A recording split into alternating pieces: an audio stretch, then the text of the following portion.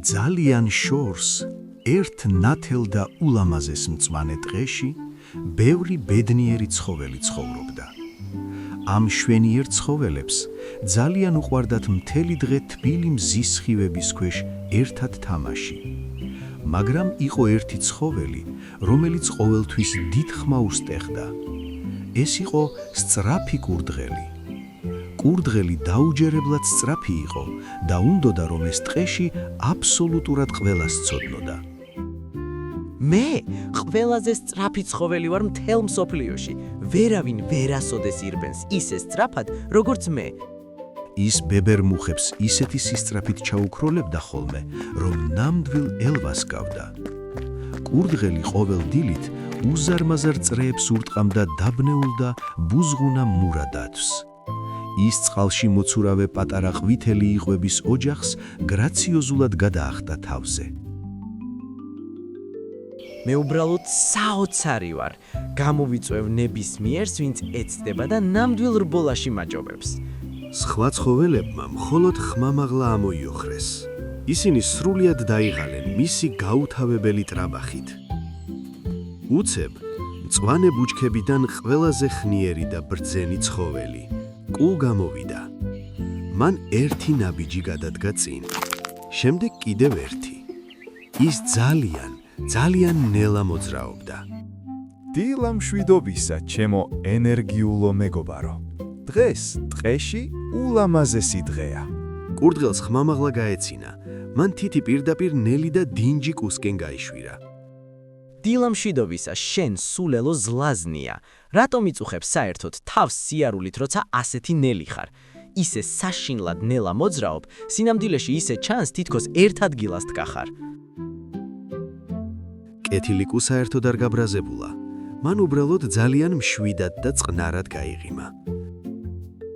შეიძლება ძალიან ნელი ვარ, მაგრამ გპირდები, რომ ყოველთვის ზუსტად იქ მივდივარ, სადაც მინდა. მართლა ასეა? სიამოვნებით ვნახავდი, როგორ ეცდები ამის დამტკიცებას ახლავე. დღეს რბოლაში გიწვევ. ვნახოთ, ვინ არის სინამდვილეში აქ ყველაზე სწრაფი ცხოველი. გამოწვევის გაგონებაზე მთელ ტყეში თითოეულ ცხოველს შოკისგან სუნთქვა შეეკრა. ჩემთან შეჯიბრება გინდა? ეს ყველაზე სასაცილო ხუმრობაა, რაც კი ოდესმე მსმენია მთელ ჩემს ცხოვრებაში. ჩვენ აქ დავიწყებთ და ვირბენთ იმ დიდი მწვანე გორის წვერზე მდგარ უზარ-მაზარ მუხამდე. ყველა ცხოველი სწრაფად შეიკრიბა ბილიკის გარშემო ამ წარმოუდგენელი მოვლენის საყურებლად. ძალიან ჭკვიანმა და ბრძენმა ბებერმა ბუმ გრძელი ხის ჯოხი გამოიყენა, რათა სწორი სასტარტო ხაზი გაევლო. გთხოვთ ხასთან მოდით. ყველა აბსოლუტურად ჩუმად უნდა იყოს და დიდი რბოლისთვის მოემზადოს. ენერგიულმა კურდღელმა თავისი გრძელი ფეხები გაახურა. მშვიდი კუკი უბრალოდ პირდაპირ იყურებოდა. ადგილებზე მოემზადეთ და გაიქეცით, რაც შეგეძლიათ სწრაფად.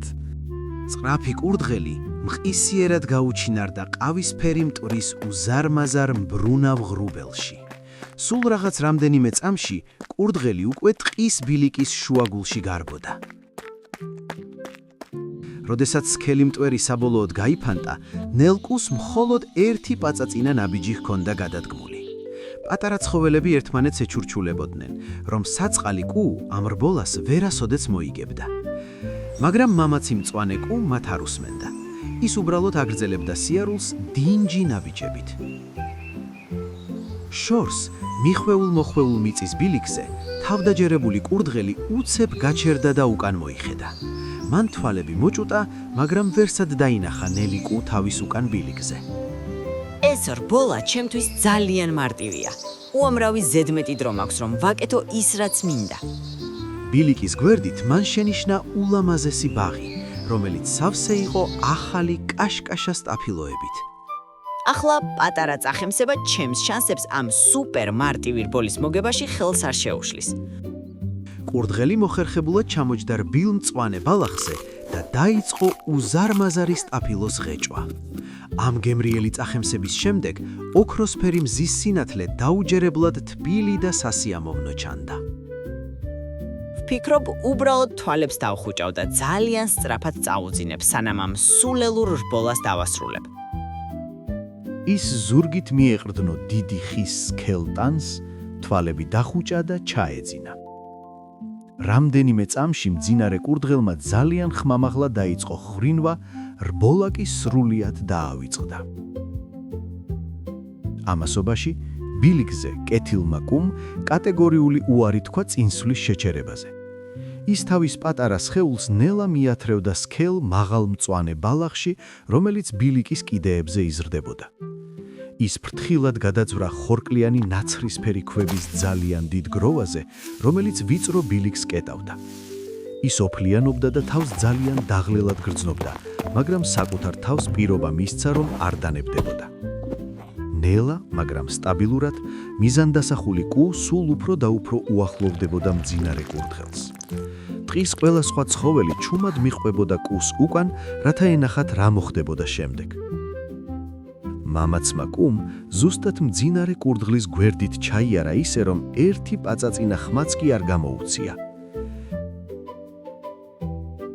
დიდი მუხის ხე და კაშკაშა წითელი ფინიშის ხაზის ლენტი ახლა უკვე ძალიან ახლოს იყო. უცებ კურდღელმა გაიღვიძა. ცა იასამნისფერი ხდებოდა, რადგან მზე ჩადიოდა. ნეკავს სად არის ის სულელი ნელი კუ? ის ახლაც სასტარტო ხაზთან უნდა იყოს. შემდეგ პანიკაში ჩავარდნილმა კურდღელმა სწრაფად მიაბრუნა თავი და პირდაპირ წითელი ფინიშის ხაზისკენ გაიხედა. მან დაინახა, რომ პატარა მწვანე კუ უკვე ფინიშის ხაზთან იყო და მოგებას მხოლოდ ერთი ნაბიჯი აშორებდა.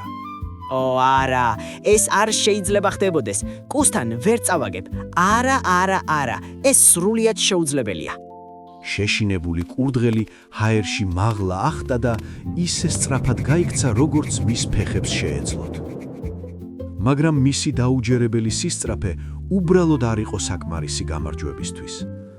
დაღლილმა, მაგრამ ბედნიერმა კუმ ბოლო ნელი ნაბიჯი გადადგა და წითელი ფინიშის ლენტი მთლიანად გაწყვიტა. ვაშა!